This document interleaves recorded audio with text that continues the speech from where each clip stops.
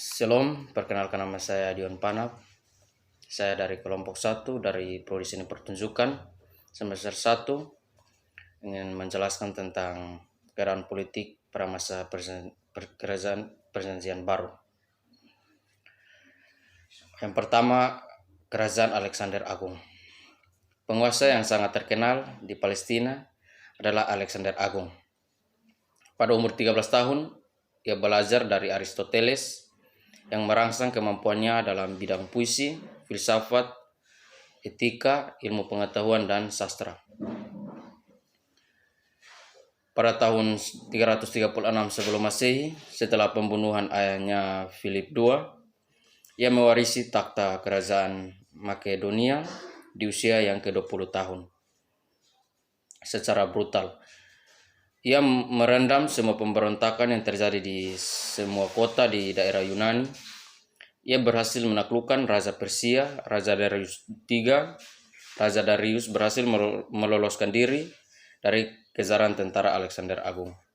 Pada tahun 332 sebelum Masehi, ia memperluas daerah kekuasaan dengan melakukan invasi ke Mesir. Ia bersama tentaranya tiba di daerah Tirus.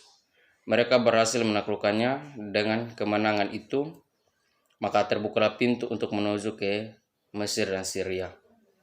Ketika Imam Besar Juda mendengar berita tentang kedatangan Alexander Agung, maka ia melakukan persembahan korban kepada Yahweh untuk memohon pembebasan.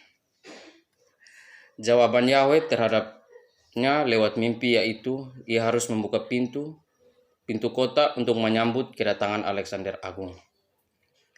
Maka dibuatnyalah perjamuan penyambutan. Alexander Agung sangat terkesan dan ia melarang tentaranya untuk melakukan kekerasan. Alexander Agung kemudian menaklukkan Mesir tanpa adanya perlawanan yang berarti.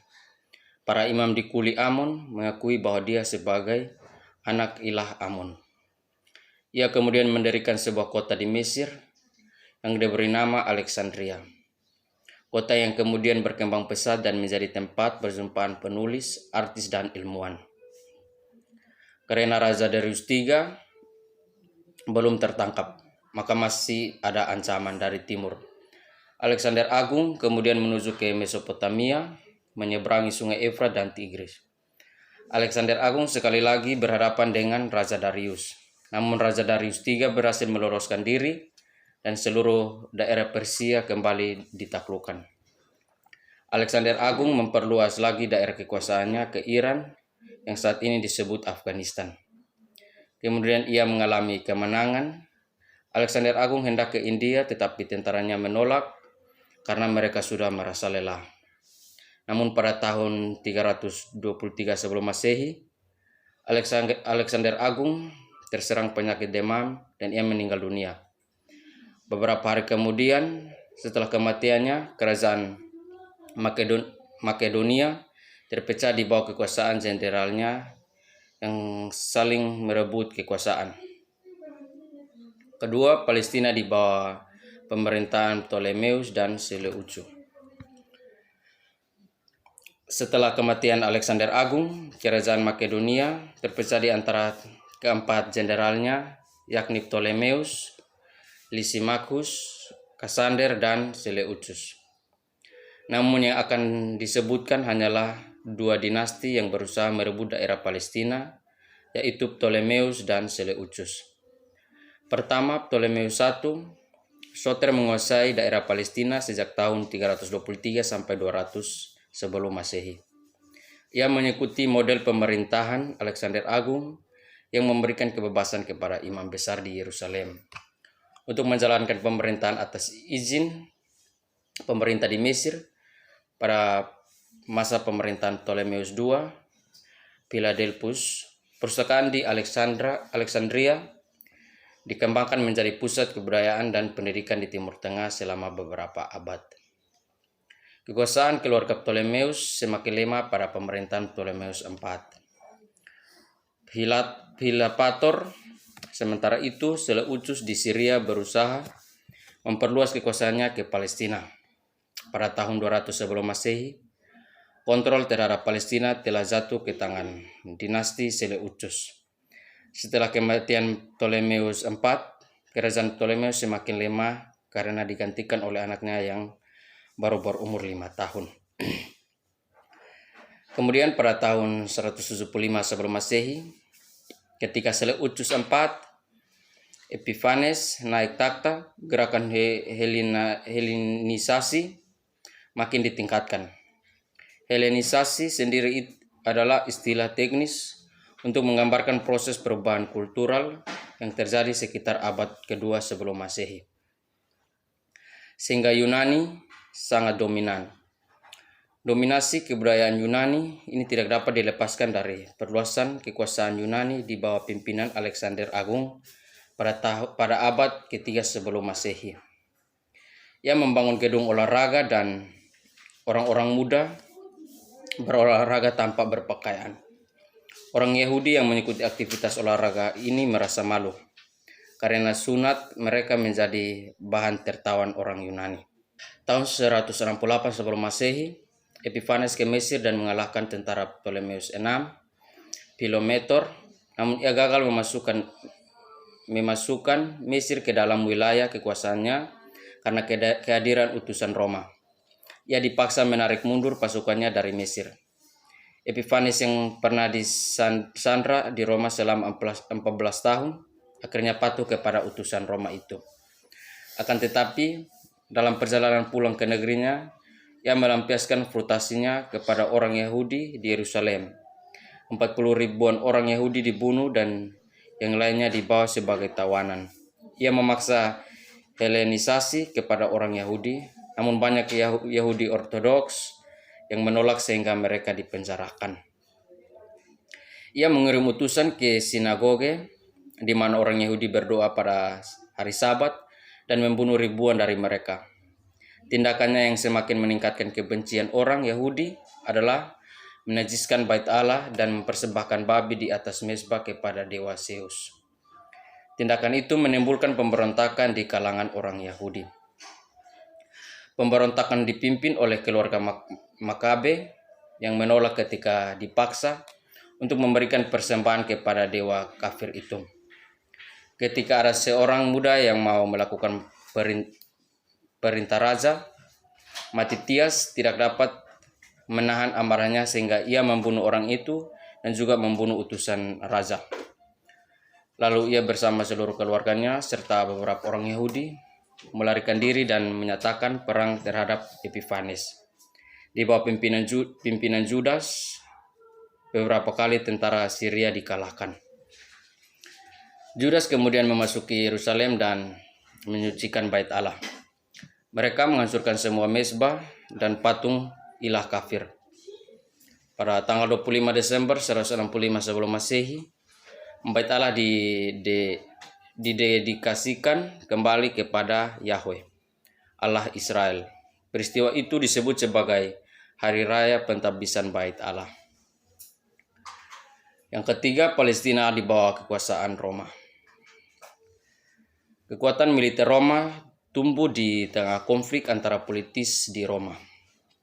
Dalam situasi ini, para jenderal militer berusaha membangun kekuatan militernya untuk memperluas kekuasaan dan juga berusaha menciptakan situasi yang aman dalam negeri.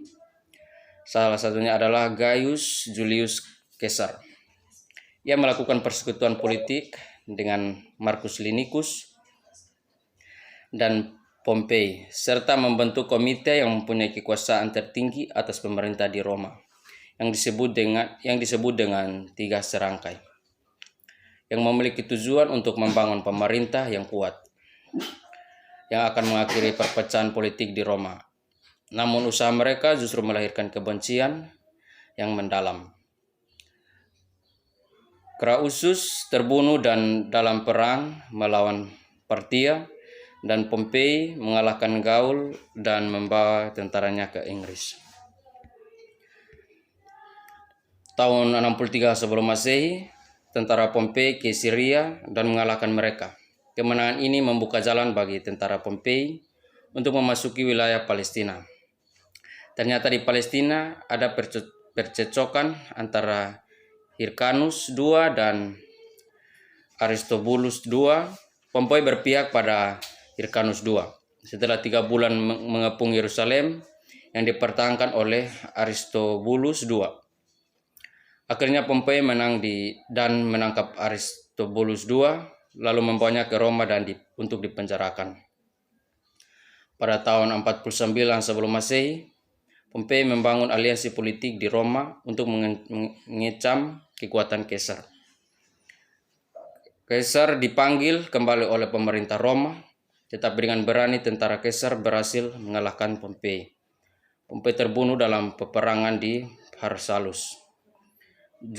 Julius Caesar pun menguasai Roma. Julius Caesar mengangkat keponakannya Gaius Octavianus sebagai anak dan dijadikan dia sebagai pewaris. Julius Caesar terbunuh tahun 44 sebelum Masehi. Gaius Octavianus kemudian membuat juga 3 serangkai bernama Mark Antony dan Lepidus.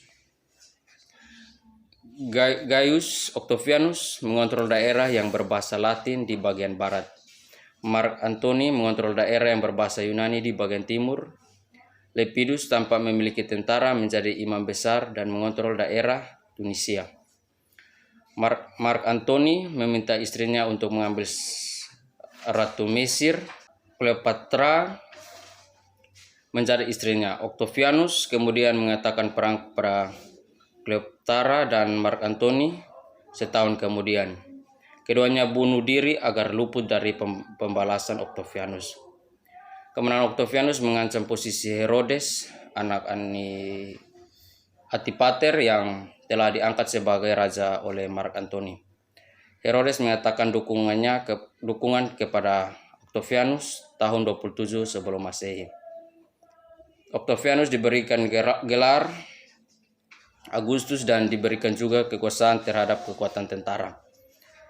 Tahun 23 sebelum Masehi, ia diberikan kekuasaan sebagai pembela rakyat, khususnya pejabat yang dimiliki kekuasaan untuk memperlakukan segala undang-undang dalam masa pemerintahannya. Yesus lahir di Bethlehem. Di Palestina, Raja Herodes Agung memerintah sebagai raja. Ia lahir tahun 74 sebelum Masehi dan mati pada 4 Masehi. Beberapa waktu sesudah kelahiran Tuhan Yesus sebagai politisi, ia mempunyai kemampuan sebagai wakil pemerintahan Romawi yang memerintah atas orang Yahudi. Ia memperkuat kedudukannya dengan menikahi Mariamne, cucu perempuan Hyrcanus. Pernikahan itu menghubungkan dirinya dengan garis keturunan Makabe. Herodes Agung menjalankan pemerintahan atas orang Yahudi secara kasar dan kejam. Mariamne, istrinya pun dibunuh. Tindakan itu menimbulkan kebencian atas orang Yahudi. Tapi Herodes Agung mengambil hati orang Yahudi dengan mendirikan Bait Allah namun gagal. Ia meninggal pada tahun 4 sebelum Masehi. Nyata bahwa keadaan politik zaman Perjanjian Baru penuh dengan persaingan dan pertumpahan darah demi merebut kekuasaan. Persahabatan di bidang politik bersifat semu. Demi kekuasaan, kawan bisa jadi lawan. Hal ini terjadi hingga masa kini. Kaisar-kaisar Romawi yang memerintah pada masa Perjanjian Baru. Yang pertama, Agustus 27 sebelum Masehi sampai 14 sebelum Masehi. Ketika Tuhan Yesus lahir, pemerintah sedang dipegang oleh Kaisar Agustus. Yang kedua, Tiberius. Pada 14 Masehi sampai dengan 37 Masehi, ia memerintah semasa Tuhan Yesus dewasa. Caligula 37 sampai 41 Masehi, kaisar yang menganggap dirinya dewa untuk disembah. Banyak orang Kristen mula-mula yang mati karena melawan perintah untuk menyembah kepada kaisar. Kaisar-kaisar Romawi yang memerintah pada masa Perjanjian Baru. Yang pertama, Agustus 27 Masehi sebelum Masehi sampai dengan 14 Masehi. Ketika Tuhan Yesus lahir, pemerintah sedang dipegang oleh Kaisar Agustus. Yang kedua, Tiberius 14 Masehi sampai dengan 37 Masehi. Ia memerintah semena Tuhan Yesus dewasa. Yang ketiga, Caligula 37 sampai dengan 41 Masehi. Kaisar yang menganggap dirinya dewa untuk disembah banyak orang Kristen, mula-mula yang mati karena melawan perintah untuk menyembah kepada kaisar. Yang keempat, Nero, 54 sampai dengan 68 Masehi. Kaisar yang kejam dan semena-mena menganiaya orang Kristen. Yang kelima, Vespasian, 67 sampai dengan 79 Masehi. Pada masa pemerintahnya, kota Yerusalem dihancurkan, termasuk bangunan Bait Allah. Yang keenam, Domitianus, 81 Masehi sampai dengan 96 Masehi, melakukan penindasan yang sangat kejam terhadap orang-orang Kristen. Salam, perkenalkan nama saya Albert Joshua Bana dari kelompok 1, dan di sini saya akan menjelaskan materi yang kedua, yaitu keadaan budaya. Kekuasaan Alexander Agung berakhir, tetapi proses helenisasi tetap bertahan. Ia mendirikan kota bergaya Yunani. Di pusat kota didirikan pasar, kuil, lapangan olahraga, teater, dan bangunan pemerintah. Kota Alexandria adalah sebuah kota yang besar. Kota-kota Yunani berbeda dengan kota-kota yang di lain, yaitu di timur. Kota-kota Yunani direncanakan dengan baik dan dibangun secara artistik. Rakyat di bawah pemerintah Alexander Agung juga mempelajari bahasa dan budaya kebudayaan Yunani. Bahasa Yunani pada waktu itu memainkan peran yang sangat penting dalam masyarakat dan menjadi bahasa sastra, filsafat, ilmu pengetahuan, dan bahkan juga seni. Para tentara Alexander Agung menyebar ke seluruh Asia menggunakan bahasa itu. Akibatnya bahasa Aram itu ditinggalkan. Bahasa Yunani Koine digunakan secara luas oleh orang-orang kecil dan miskin atau bahasa rakyat jelata. Sejumlah penulis juga menggunakan bahasa Yunani. Pengaruh bahasa Yunani Koine ini sedemikian besar hingga dipakai ketika Perjanjian Lama diterjemahkan ke dalam bahasa Yunani atau Septuaginta. Kebudayaan Yunani juga berkembang melalui bidang pendidikan. Pendidikan dilakukan secara pribadi. Para guru datang ke rumah dan memberikan pelajaran bagi anggota keluarga. Pendidikan yang bersifat umum lebih banyak dilakukan di gedung olahraga, di mana para atlet muda diberikan pelajaran. Dalam dunia Helenis, gimnasia memiliki peranan yang sangat besar karena menjadi pusat pembinaan mental, tingkah laku masyarakat. Salah satu cara bagi orang non-Yunani berasimilasi dalam lingkup sosial masyarakat Yunani adalah harus mengirimkan anak-anaknya mengikuti kegiatan yang disebut gimnasia. Di sana mereka dilatih menjadi Helenis, suatu proses di mana mereka memperoleh status sosial baru dan kesempatan finansial pun tersedia bagi mereka. Kebudayaan ini mengalami pro kontra dalam masyarakat Yahudi. Ketika kekaisaran Roma menguasai bekas kekuasaan Alexander Agung, mereka menjadi pewaris Helenisme. Memang Roma mengalahkan Yunani, tetapi kebudayaan Yunani justru berkembang di Roma. Bahasa Latin terdesak oleh bahasa Yunani. Bahasa Latin malah menjadi bahasa rakyat jelata. Pengaruh kebudayaan Yunani begitu kuat pada masa pemerintah Roma. Pendidikan Yunani menjadi salah satu prasyarat untuk berkembang di bidang politik, sosial, dan ekonomi. Tanpa pendidikan itu, orang tidak dapat bergerak. Pada masa Rasul Paulus dan para penulis Injil, pendidikan dalam bahasa Yunani sangat berkembang luas pada masyarakat sehingga orang dapat mengerti isi surat Paulus di Injil yang ditulis dalam bahasa Yunani. Shalom, nama saya Salmon Hermia Olang dari Prodi Seni Pertunjukan semester 1 kelompok 1. Saya akan menjelaskan tentang keadaan ekonomi Yunani Romawi bertumpu di kota. Tanah-tanah pertanian umumnya milik para tuan atau pemodal. Selain menjadi pejabat, mereka juga memiliki tanah pertanian yang luas di desa. Keadaan tersebut juga sama di Palestina. Kebutuhan keuangan para penguasa memaksa rakyat untuk membayar pajak yang tinggi sehingga memberkatkan rakyat. Tanah pertanian kurang dirawat dengan baik. Pada umumnya rakyat sangat miskin. Demi hidup mereka menjual tanah kepada para pemodal. Kelompok yang menikmati kehidupan adalah kelas atas yang memiliki kuasa dan modal. Dalam mengurus tanah, pejabat di kota, para budak memiliki peranan. Peranan budak sangat penting dalam menjalankan roda perekonomian, terutama dalam bidang pertanian. Perdagangan antar daerah menggunakan jalan alat-alat pengangkut seperti kapal, dibutuhkan juga sistem keuangan yang baik. Walaupun setiap daerah dibutuhkan juga sistem keuangan yang baik, kota mencetakkan uang sendiri, tetapi di seluruh daerah kekuasaan Roma berlaku mata uang yang dicetak oleh pemerintahan pusat. Mata uang ini selain dipakai sebagai alat tukar yang sah dan juga digunakan sebagai alat. Pada masa Yesus, pekerjaan masyarakat Palestina adalah petani kecil, nelayan tradisional, tukang bangunan, buruh dan sebagainya. Salam, perkenalkan nama saya Mansari dari Prodi Seni Pertunjukan Keagamaan semester 1 kelompok 1. Saya akan menjelaskan tentang keadaan sosial kemasyarakatan dalam Perjanjian Baru.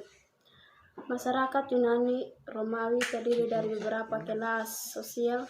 1. Ada para penjabat dan para tuan tanah serta penguasaan besar. Mereka tidak hanya mempunyai kekuasaan, tetapi juga memiliki modal dan kekayaan. Kelompok ini sangat tertutup dan merupakan golongan. Mereka sangat menikmati kemewahan orang-orang merdeka yang memiliki kewargaan penuh. Level pekerjaan mereka adalah pegawai pemerintah, tukang pengusahaan kecil, dan sedikit petani.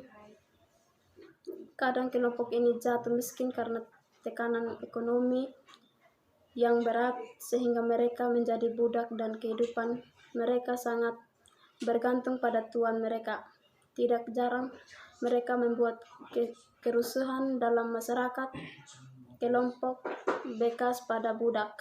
Kelompok ini diberi kemerdekaan dari majiknya atau membeli kemerdekaannya sendiri.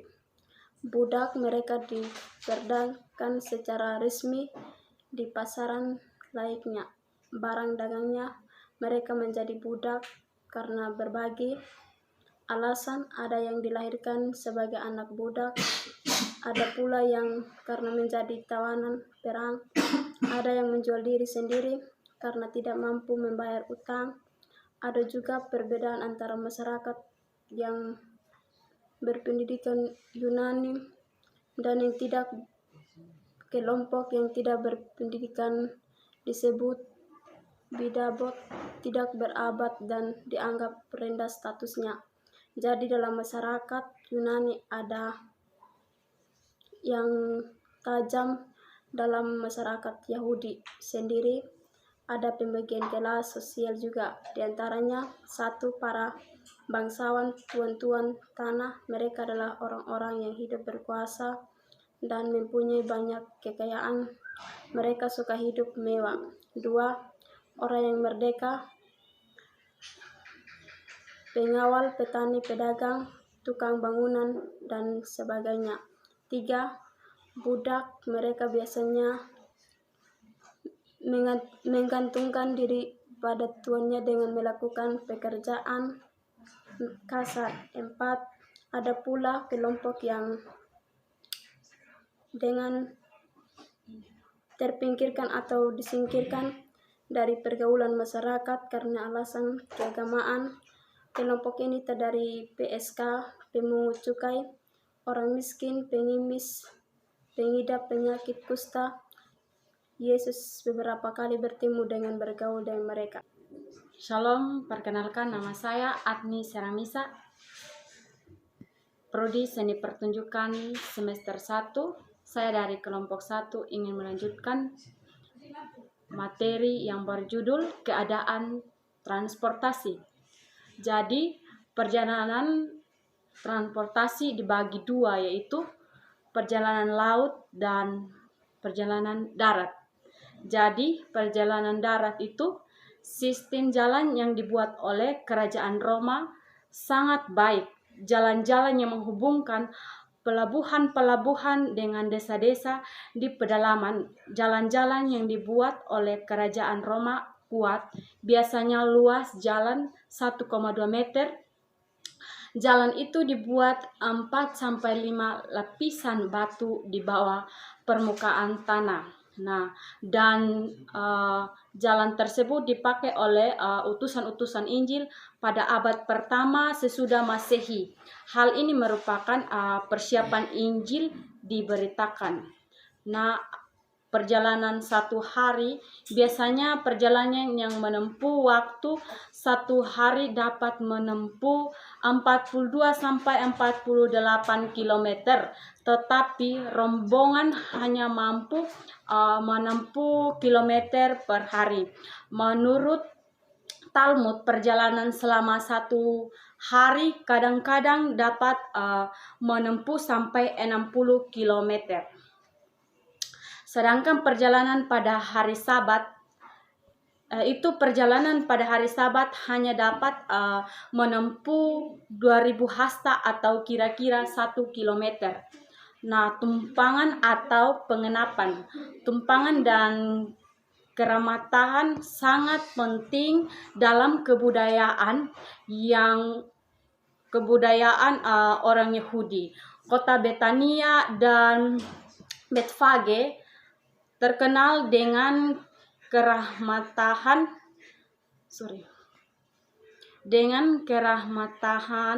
kepada orang-orang yang sedang dalam perjalanan ke Yerusalem untuk hari-hari raya.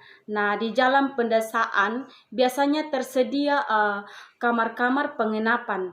Nah, kamar-kamar itu diperlengkapi dengan perkakas, tetapi ada halaman untuk binatang-binatang seperti keledai, kuda, dan lain-lain. Nah, di rumah pribadi biasanya gorden digantung di depan pintu masuk rumah itu. Gorden itu memberikan tanda kepada tamu-tamu bahwa masih ada kamar kosong. Nah, meja disediakan dengan makanan di depan rumah itu menandai bahwa masih ada makanan tersedia untuk tamu-tamu. Nah, sedangkan pajak-pajak. Nah, pajak-pajak provinsi ada untuk mendapatkan hak milik atau pajak itu 1% di Syria. Nah, pajak ini termasuk pajak penghasilan. Pajak per orang, pajak ini dikenakan kepada semua orang.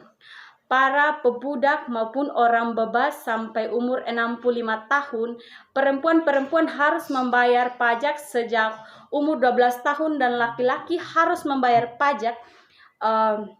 Laki-laki harus membayar pajak sejak umur 14 tahun. Hal ini adalah untuk salah satu alasan bangsa Romawi mengadakan sensus pajak tanah. Nah, sedangkan pajak nasional juga dibagi dalam beberapa bagian, yaitu pajak tanah yang dimiliki oleh pemerintah dan pajak tanah yang dimiliki oleh masyarakat. Nah, sedangkan untuk pajak daerah lokal itu biasa digunakan itu ada beberapa hal. Yang pertama itu untuk pemeliharaan sinagoge. Yang kedua, pemeliharaan sekolah dasar. Yang ketiga, itu pemeliharaan tempat mandi umum. Nah, yang keempat itu pemeliharaan jalan-jalan, tembok-tembok kota, dan pintu gerbang. Dan yang kelima itu untuk pemeliharaan orang miskin. Dan yang keenam itu untuk orang-orang yang menyerahkan diri untuk belajar Taurat dibebaskan dari pajak-pajak lokal, atau kebebasan ini diperoleh rabi-rabi. Sedangkan dunia sosial itu orang Yahudi. Nah, ciri-ciri orang Yahudi yang pertama yaitu orang Yahudi adalah orang rohani atau orang spiritual. Mereka terikat erat dalam hubungan manusia dengan Allah. Contohnya orang muda yang kaya yaitu Nikodemus. Nah, Roma pasal yang terdapat dalam Roma pasal 10 ayat yang kedua. Sebab aku dapat memberi kesaksian tentang mereka bahwa mereka sungguh-sungguh giat untuk Allah, tetapi tanpa pengertian yang benar.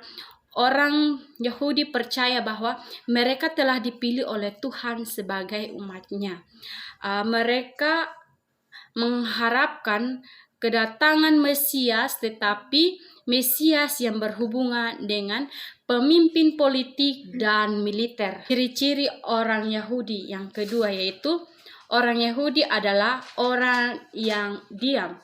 Hal ini menggenapi nubuatan yang diungkapkan oleh Bileam bilangan 23 ayat yang ke-9. Tujuan mereka lain dari orang duniawi. Yang ketiga, ciri-ciri orang Yahudi yaitu orang Yahudi adalah orang-orang yang simpel dan sederhana. Tidak banyak orang Yahudi terkenal dalam kesenian, politik, pembangunan, dan lain-lain. Tetapi melalui orang Yahudi, firman Tuhan diberikan kepada manusia. Nah, ciri-ciri orang Yahudi yang berikut adalah orang Yahudi adalah orang yang memelihara hukum. Nah, sedangkan ciri-ciri orang Yunani yang pertama itu disebut orang intelektual, atau biasa orang Yunani pintar, membuat filsafat-filsafat, mencari hikmat dengan pengetahuan dan bangga terhadap filsafat-filsafat hidupnya dan dirinya sendiri. Orang Yunani cinta kecantikan, suka membicarakan kebajikan. Orang Yunani adalah seorang dengan banyak perasaan, emosional, bergembira, menyesal, dan lain-lain. Sedangkan orang Yunani yang kedua adalah orang yang asli, yaitu waktu mereka menulis buku-buku, tidak hanya buku-buku ini sebagai sumber, mereka membuat buku-buku tanpa kepustakaan. Mereka suka mencari alasan-alasan tentang penyebab-penyebab untuk hal-hal dunia ini. Nah, orang yang sombong, segala sesuatu diukur oleh manusia, pintar dan sadar mengenai kepada orang Yunani. Dan sedangkan ciri-ciri orang Romawi. Nah, yang pertama itu adalah orang Romawi yang sangat praktis. Orang Romawi tidak terkait erat dengan filsafat-filsafat atau agama. Orang Romawi teratur, pintar dalam bidang administrasi dan militer. Itulah sebabnya orang Romawi memiliki tentara yang sangat baik. Ada 4 perwira yang disebut dalam Alkitab dan semua dilukiskan sebagai orang baik. Nah, ciri-ciri orang Romawi yang kedua itu orang yang tidak asli atau orisini karena sering mengambil ide-ide filsafat-filsafat dan lain-lain dari orang lain.